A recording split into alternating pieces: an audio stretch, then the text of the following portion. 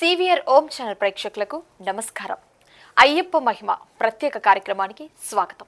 అయ్యప్ప మహిమ గురించి కావచ్చు, అయ్యప్ప దీక్షని ఎలా తీసుకోవాలి, ఎలా నియమాలు పాటించాలి, పూజకు సంబంధించిన విధి విధానాల గురించి ఈ రోజు మనకు తెలియజేయడానికి మనతో పాటు స్టూడియోలో ఉన్నారు బుక్క కిట్టు గురుస్వామి గారు, శ్రీ బాలశాస్త్ర శ్రీపీఠం వ్యవస్థాపకులు, భూదాన్ పోచంపల్లి అయ్యప్ప దేవాలయ ప్రధాన అర్చకులైతే ఉన్నారు. వారిని అడిగి ఏమాత్రం ఆలస్యం చేయకుండా ఈ అయ్యప్ప యొక్క మహిమ కావచ్చు, ఎలాంటి పూజలు చేయాలి, ఎలా దీక్ష తీసుకోవాలి, ఇలాంటి మరెన్నో విశేషాలు అయితే తెలుసుకుందాం. మరి మాత్రం ఆలస్యం చేయకుండా గురుగారిని అయితే పరిచయం చేసుకుందాం. గురుగారు, ఈ కార్యక్రమం మొదలు పెట్టే ముందు చక్కటి శ్లోకంతో మొదలు పెడదాం. పాండ్యేష వంశతిలకం కేరళే కేలి విగ్రహం ఆర్తత్రాణవరం దేవం శాస్తారం ప్రణమామ్యహం. స్వామి శరణమయ్యప్ప. స్వామి శరణమయ్యప్ప. స్వామి శరణం.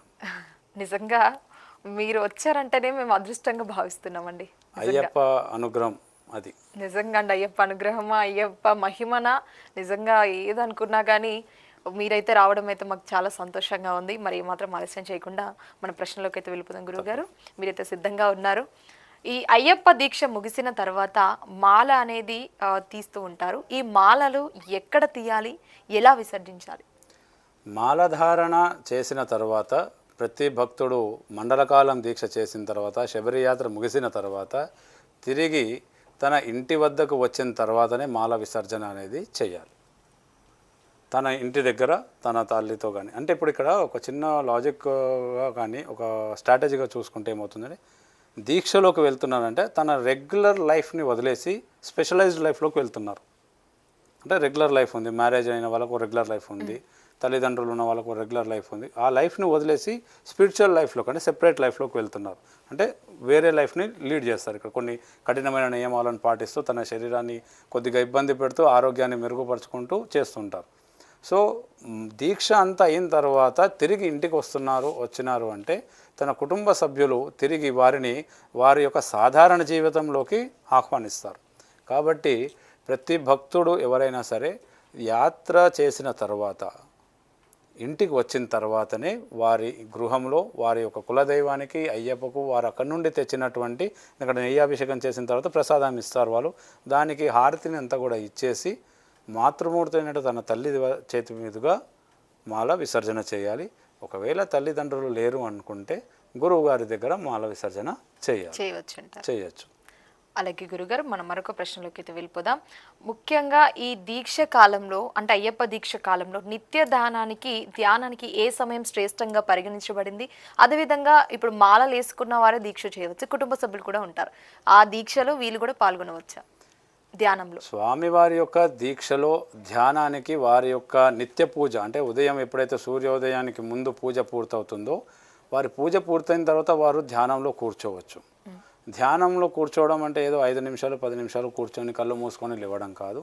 మన యొక్క మనస్సుని ఇంద్రియ నిగ్రహంతో మన యొక్క అంతరాత్మ అంతర్శక్తిని ఆ బ్రహ్మాండంలో ఉన్నటువంటి విశ్వశక్తితో, కాస్మిక్ ఎనర్జీ అంటాం, దానితో అనుసంధానం చేసే విధంగా స్వామివారి యొక్క నామస్మరణ చేస్తూ వాళ్ళు ధ్యానం చేయాలి. కనీసం మినిమం ఒక 40 నిమిషాలు అలా ధ్యానం చేస్తే మనకు కొద్దిగానన్నా ఫలితం ఉంటుంది. గంటలు చేసేటువంటి సమయం మనకు లేదు సమాజంలో. కాబట్టి వారు ఒక 40 నిమిషాలు ధ్యానం ఉదయం సాయంత్రం పూజ అయిన వెంబడి చేసుకుంటే చాలా మంచిది. అలాగే దీక్షలో ఉన్నటువంటి స్వామివారి యొక్క కుటుంబ సభ్యులు కూడా, యాక్చువల్గా అయ్యప్ప దీక్ష ఏ విధంగా రూపొందించబడింది అంటే, స్వామివారు దీక్ష తీసుకున్నారు అంటే వారి కుటుంబ సభ్యులు కూడా ఆటోమేటిక్గా నియమాలను పాటించాలి. ఆ నియమాలను పాటించడం అంటే వారు అంటే ఏకభుక్తం ఉండాలంటే వారు ఏకభుక్తంగా ఉండాల్సిన అవసరం లేదు. వాళ్ళు రెగ్యులర్గా వాళ్ళ యొక్క ఆహార విధానాన్ని వాళ్ళు పాటించవచ్చు. కానీ స్వామి ఎవరైతే దీక్ష తీసుకున్నటువంటి స్వామి ఉన్నారో వారితో పాటే ఉదయంగానే బ్రహ్మీముహూర్తంలో లేచి వారు కూడా ఈ పూజలో పాల్గొని స్వామివారి యొక్క శక్తిని వాళ్ళు కూడా స్వీకరించి వాళ్ళు కూడా వారి యొక్క ఆరోగ్యాన్ని బాగు చేసుకోవచ్చు. అయితే ఇక్కడ ఏముంది అంటే, చిన్న పిల్లలు ఎవరైతే 8 ఏళ్ళ లోపు ఉన్న పిల్లలు కానివ్వండి, 60 ఏళ్ళ పైబడిన వారిని కొద్దిగా మినహాయింపు చేసుకుంటే మిగతా వాళ్ళందరూ కూడా స్వామివారి దీక్ష యొక్క నియమాలను వాళ్ళు పాటించవచ్చు. అలాగే గురుగారు, మనం మరొక ముఖ్యమైన ప్రశ్నలకు వెళ్ళిపోదాం. ఈ అయ్యప్ప దీక్షలో బ్రహ్మచర్యం ఎందుకు ప్రధానంగా పరిగణించబడింది అని చెప్పవచ్చు? బ్రహ్మచర్యం అనేది ముందు మీనింగ్ తీసుకుంటే బ్రహ్మం ఆచరణ, చర్యం అనేది ఆచరణ. సో బ్రహ్మం అంటే భగవంతుడిని చేరుకునే ఒక మార్గం బ్రహ్మచర్యం. దీనివల్ల బ్రహ్మచర్యం పాటించడం వల్ల ఏం జరుగుతుంది అంటే మన యొక్క మెంటల్ స్టెబిలిటీ, మెంటల్ స్ట్రెస్ అనేది రిలీఫ్ అవుతూ ఉంటుంది. దీనికోసం బ్రహ్మచర్యం ఏ విధంగా చేయాలి? ఇంద్రియ నిగ్రహం కావచ్చు, కోరికలను చంపుకోవడం కావచ్చు, లేదా మనకున్నటువంటి కోపము, ఆవేశము, ఈర్ష్య, అసూయ ఇవన్నీ కూడా వదిలేయడానికి ఈ బ్రహ్మచర్యం అనేది పాటిస్తుంది. కేవలం ఒక లైంగికంగా సంబంధించినటువంటి విషయాన్ని అదుపు చేయడమే కాదు, మన మనసుని కూడా అదుపు చేసుకోవాలి బ్రహ్మచర్యం చేయాలి అంటే. అలాగే మన కోరికలను అదుపు చేసుకోవాలి, మనకున్న రాగద్వేషాలను కూడా మనం అదుపు చేసుకోవాలి. ఇవన్నీ కూడా అయ్యప్ప స్వామి వారి దీక్షలో మనం ఎప్పుడైతే ఏకాగ్రతతో ధ్యానం చేయడం వల్ల, ఇంద్రియ నిగ్రహం చేసుకోవడం వల్ల, ఈ రాగద్వేషాలను అదుపులో ఉంచుకోవడం వల్ల మనకు దైవత్వాన్ని త్వరగా మన యొక్క శరీరంలోకి ముడుచుకోవడం, లేదా అనుకున్నటువంటి ఆధ్యాత్మిక జీవనాన్ని సాగించడానికి బ్రహ్మచర్యం ఎంతో ఉపయోగపడుతుంది. అలాగే గురుగారు మనం మరొక ప్రశ్నలోకి అయితే వెళ్ళిపోదాం. గురుగారు మనం చూసుకున్నట్లయితే పడి పూజ అంటారు. ఈ అయ్యప్ప దీక్షలో పడి పూజ కూడా చాలా ముఖ్యమైనది అని కూడా అంటారు కదా. ఈ పడి పూజని వివిధ రకాలుగా చేస్తూ ఉంటారు. అసలు ఈ పడి పూజ అనేది ఎందుకు చేయాలి? దీనికి ఉన్న ప్రాధాన్యత ఏమిటి? ముఖ్యంగా పడి పూజ అనేది శబరిమలలో ఉన్నటువంటి ప్రధాన పూజా కార్యక్రమంలో ప్రధాన క్రియ. ప్రతిరోజు కూడా దేవాలయం తెరిచి ఉన్నన్ని రోజులు కూడా అక్కడ పడి పూజ జరుగుతూ ఉంటుంది. అసలు ఈ పడి అనేది ఏమి అంటే, ఎప్పుడైతే స్వామివారు తన మహిషి అవతారం చేసిన తర్వాత ధర్మాన్ని స్థాపించడం కోసం అక్కడ పరశురాముల వారు స్వామివారిని ప్రతిష్టడం జరిగింది. అయితే స్వామివారు అక్కడికి వెళ్ళి ప్రతిష్ట చేయాలి అనుకున్నప్పుడు, వారు అక్కడ కూర్చోవాలి అనుకున్నప్పుడు, యోగాసనంలో కూర్చోవాలనుకున్నప్పుడు ఆ కొండను ఎక్కడానికి 18 మంది దేవతలు తనకు అడ్డంగా మెట్ల రూపంగా నిలబడి ఉన్నారు. సో స్వామివారు ఏం చేశారంటే వాళ్ళను తొక్కుతూ పైకెక్కి, వాళ్ళ నదిలో పైకెక్కి యోగాసనంలో కూర్చొని, నా భక్తులు కూడా నన్ను చూడడానికి వచ్చినప్పుడు ఈ మెట్ల ద్వారాగానే వస్తారన్నప్పుడు అక్కడ ఉన్నటువంటి దేవతలు అబ్జెక్షన్ చెప్పడం జరిగింది. మీరంటే దైవస్వరూపులు, భగవంతులు, మీరు ఎక్కారు అంటే మా అదృష్టం, కానీ మానవుడు ఏ విధంగా ఎక్కుతాడు, వారికి అర్హత ఏముంది అన్నప్పుడు స్వామివారు చెప్పింది, ఎప్పుడైతే భక్తుడు 48 రోజులు మండలకాలం దీక్ష చేసి నియమనిష్టలతో బ్రహ్మచర్యాన్ని పాటిస్తూ వస్తారో వారందరికీ కూడా మిమ్మల్ని తాకడానికి అర్హత ఉంది అనేది స్వామివారు చెప్పినటువంటి వచనం. మనము గతంలో చర్చించాం, మండలకాలం కాకుండా దీక్షలు 21 రోజు చేయొచ్చా, 11 రోజులు చేయొచ్చా అనేది. అలా చేయకూడదని మనం తెలియడం జరిగింది ప్రేక్షకులకు అందరికీ కూడా. కాబట్టి ఎవరైతే మండల కాలానికి తక్కువ రోజులు దీక్ష చేసి వస్తున్నారో వారు ఆ మెట్లను ఎక్కుతున్నారంటే వారు తప్పు చేస్తున్నట్టు. సో ఆ తప్పు చేస్తున్నారంటే ఆ దేవతలు శాంతించరు, కోపానికి, ఉగ్ర రూపంకి వస్తారు. వారిని శాంతపరచడం కోసమే చేసేటటువంటి క్రియనే పడి పూజగా మనం పరిగణిస్తాం. అయితే మనం సమాజంలో చాలామంది గురుస్వాములు, పెద్దలందరూ కూడా పడి పూజను చేస్తూ ఉన్నారు. ఈ పడి పూజ ప్రక్రియ అనేది కేవలం శబరిమలకు మాత్రమే వర్తించేది. పడి అక్కడ మాత్రమే ఉంది, అక్కడ మాత్రమే 18 మంది దేవతలు ఉన్నారు. అయితే ఎప్పుడైతే మనకు స్వతంత్రం వచ్చిందో, ఈ స్వతంత్రం వచ్చిన తర్వాత బ్రిటిషర్స్ ఎప్పుడైతే మన దేశాన్ని వదిలి వెళ్ళేటప్పుడు ఇక్కడ క్రిస్టియన్ మిషనరీస్ని మనకు స్థాపించడం జరిగింది. ఆ రోజుల్లో ఉన్నటువంటి పరిస్థితులకు మత మార్పిడిలు జరగడం జరిగింది. అప్పుడు ఈ అయ్యప్ప యొక్క తత్వాన్ని కృష్ణన్ పిల్లయ్య అని ఒక గురుస్వామి, ఆయననే శబరిమల విమోచనానంద సరస్వతిగా భావిస్తారు. ఆయన ఈ క్రియలు అంటే మార్పిడి జరగకుండా ఉండడానికి, ధర్మాన్ని రక్షించడం కోసం శబరిమలలో జరుగుతున్నటువంటి ప్రక్రియను అన్నిటిని కూడా బయట ప్రారంభించడం జరిగింది. అక్కడి నుండి పడి పూజలన్నీ కూడా చేసుకుంటూ రావడం జరిగింది. ఇందులో పర్టికులర్గా శబరిమలలో జరిగేటటువంటి పడి పూజ కేవలం దేవాలయం వరకే పరిమితం.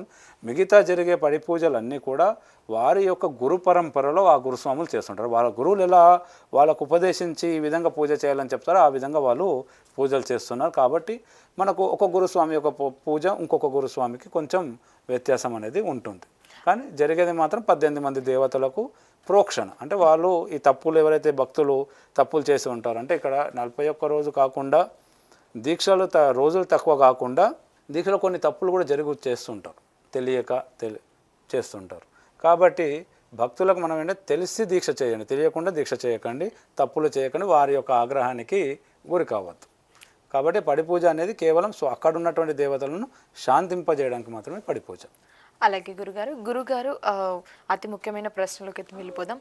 గురుగారు మీరు అన్నట్లుగా 18 మెట్లు అనేది ఉంటాయి శబరిమలలో అని అన్నారు. మరి ఈ 18 మెట్లకు ఉన్న ప్రాముఖ్యత ఏమిటి? అసలు ఈ 18 మెట్లు నిజంగా ఎక్కితే అదృష్టం కలుగుతుంది అని అయితే విన్నాము. అసలు ఇది ఎంతవరకు వాస్తవం? నిజంగా 18 మెట్లకు ఉన్న ప్రాముఖ్యత ఏంటో మా సీవీఆర్ ప్రేక్షకులకు తెలియజేయండి. 18 మెట్లకు ఇందాక తెలియజేసినట్టుగా 18 దేవతలు అంటే ప్రతి మనిషికి 18 గుణాలు ఉంటాయి. పంచభూత గుణాలు, రాగద్వేషాలు, లోభము, మోహము, విద్య, అవిద్య, ఇవన్నీ కూడా 18 గుణాలు. వీటన్నిటిని త్యజించాలి. అంటే భగవంతునితో మనం సాన్నిధ్యం పొందాలి, లేదా భగవంతునితో మనము మమైకం అయిపోవాలి, భగవంతునిలో లీనం అవ్వాలి అనుకుంటే మనము ఈ 18 గుణాలను వదిలేసుకోవాలి. ఇవన్నీ 18 గుణాలను మనిషి వదిలేసుకున్నప్పుడు వాళ్ళు ముక్తి పొందుతారు. సో భగవంతుడు వారికి ఆ 18 మెట్లకు ఒక్కొక్క దేవతకు ఒక్కొక్క గుణాన్ని అప్పచెప్పారు. వీళ్ళు ఎవరైతే దీక్ష చేస్తూ ఉంటారో ఈ ఒకటేసారి 18 గుణాలు వదిలేయాలంటే కాని పని. కాబట్టి వారికి ఒక్కొక్క అవకాశం ప్రతి సంవత్సరం, అంటే ప్రతి సంవత్సరం మాల వేసుకోవడం, దీక్షను చేయడం, వారికి ఏదో ఒక గుణాన్ని వాళ్ళు త్యజించడం, భక్తి మార్గంలో ఆధ్యాత్మిక పరంగా ధర్మంగా అందరిలో ప్రతి జీవిలో స్వామివారిని చూడడం అలవాటు చేసుకోవాలి. కాబట్టి 18 మెట్లకు 18 గుణాలకు అధిదేవతలు ఉంటారు. వాళ్ళు ఎప్పుడైతే దీక్ష చేస్తుంటారో వాళ్ళు త్యజిస్తున్న కొద్దీ వాళ్ళు అనుగ్రహిస్తుంటారు.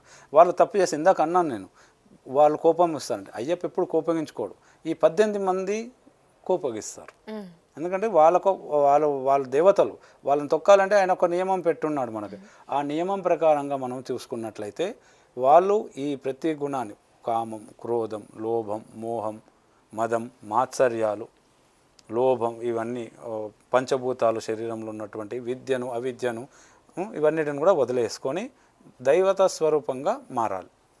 కాబట్టి ఈ 18 మెట్లకుంటే ఈ 18 గుణాలకు అది దేవత ఉంటారు. వాళ్ళు చేసే దీక్ష ప్రతి సంవత్సరం వాళ్ళకు అనుగ్రహం వస్తుంది.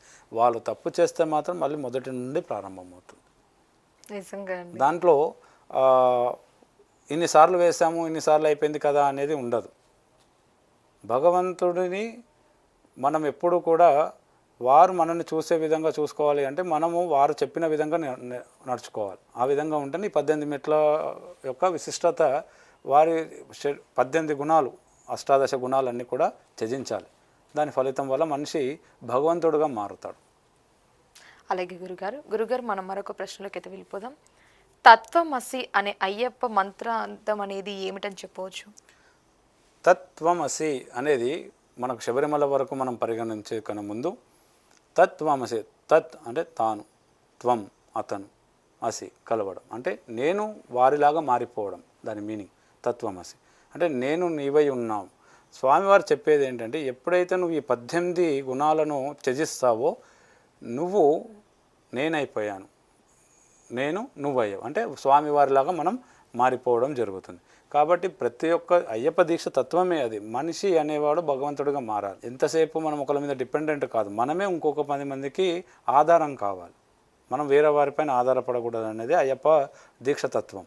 కాబట్టి తత్వమసి అనేది భగవంతునిగా మారడానికి మనం చేసే ప్రయత్నమే ఈ అయ్యప్ప దీక్ష. ఈ 18 గుణాలను వాళ్ళు త్యజించాలి. అలాగే గురుగారు మనం ముఖ్యంగా చూసుకున్నట్లయితే అన్ని దేవుళ్ళు నార్మల్గా అయితే పద్మాసనంలో కూర్చొని ఉంటారు కదా. మరి ఈ అయ్యప్ప స్వామి వారు ఏంటంటే కాళ్ళకు ఒక బట్ట లాంటిది ఇలా చుట్టూ కట్టి మరి అలా కూర్చుంటారు కదా. అసలు ఇలా కూర్చోడానికి దీనిలో ఉన్న ప్రాముఖ్యత ఏమిటి? అసలు అలాగే ఎందుకు కూర్చుంటారు? ఆ ఆసనంలో ఎందుకు కూర్చుంటారు? అసలు దీన్ని ఏమంటారు? ఈ ఆసనం ఏమంటారు? అసలు అదే విధంగా ఎందుకు కూర్చుంటారని చెప్పవచ్చు. శ్రీధర్మశాస్త్ర అయ్యప్ప స్వామివారు శబరిమలలో కూర్చున్నటువంటి ఆసనం యోగాసనం, దానిని హరిహరాసనం అని అంటారు.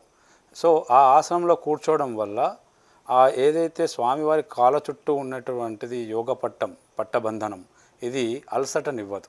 అంటే యోగాసనంలో ఇది ఒక ఆసనం అన్నమాట. హరిహరాసనం అంటాం దీన్ని. ఇందులో కూర్చోవడం వల్ల ఏంటంటే అలసట ఎక్కువ రాదు, ధ్యానంలో ఎక్కువ రాదు.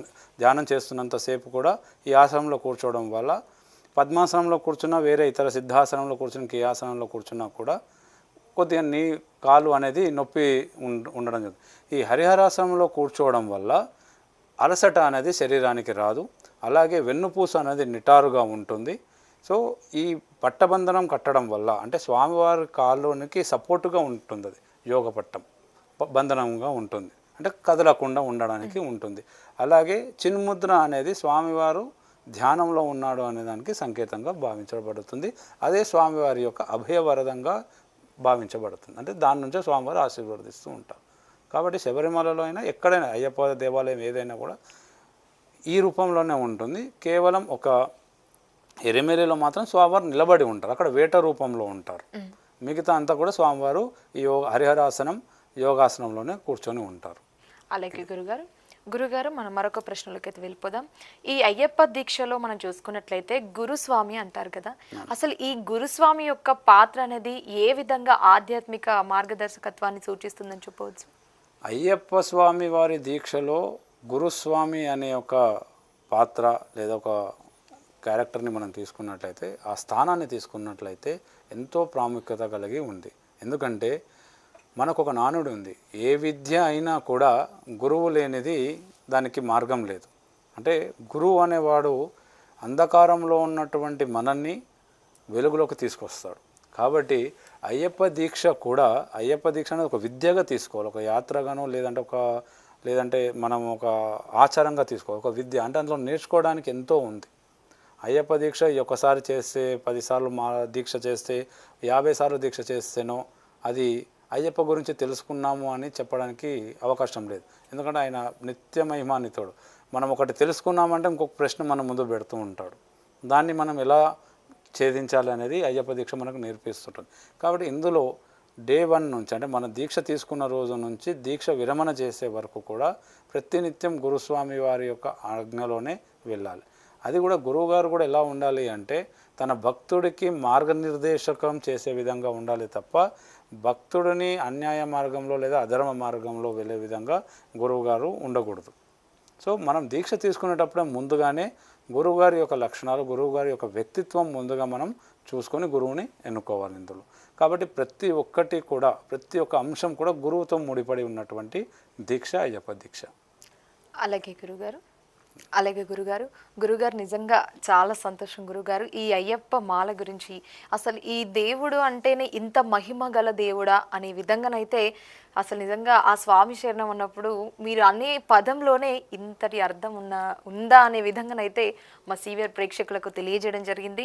ముఖ్యంగా చూసుకున్నట్లయితే ఇదివరకు మనం మాట్లాడుకున్నాం, అయ్యప్ప దీక్ష అనేది ఇంతటి ప్రాధాన్యత ఇస్తుందా, అదేవిధంగా దీంట్లో ఇన్ని ముఖ్యమైన అంశాలు ఉన్నాయా, ముఖ్యంగా మనం చూసుకున్నట్లయితే గురుస్వామి అంటే ఎవరు, ఈ గురుస్వామిని అసలు మనం ఎలాంటి నియమాలు పాటించాలి కావచ్చు, అదేవిధంగా శబరిమలలో కూర్చునే అయ్యప్ప స్వామి వారు మీరు అన్నట్లుగా పద్మాసనంలో కూర్చుంటామని అయితే మనం మాట్లాడుకోవడం జరిగింది. అసలు ఇలాగే ఎందుకు కూర్చుంటారు, దీనికి ఉన్న ప్రాముఖ్యత ఏమిటి, మీరు అన్నట్లుగా 18 మెట్లకున్న ప్రాధాన్యత గురించి కూడా మా సీవియర్ ప్రేక్షకులకు తెలియజేయడం జరిగింది గురుగారు. ఇన్ని విషయాలు ఉన్నాయి అని చెప్పేసి ఈ రోజే అర్థమైంది గురుగారు. నిజంగా మా సీవియర్ ప్రేక్షకులు కావచ్చు, మేము కావచ్చు, మేమందరం నిజంగా అదృష్టంగానే భావిస్తున్నాం. చాలా సంతోషం మీరు రావడం, ఇంతటి మహిమగల దేవుడి గురించి మీరు తెలియచేయడం సంతోషంగా భావిస్తున్నాం గురుగారు. చాలా సంతోషం, ధన్యవాదాలు.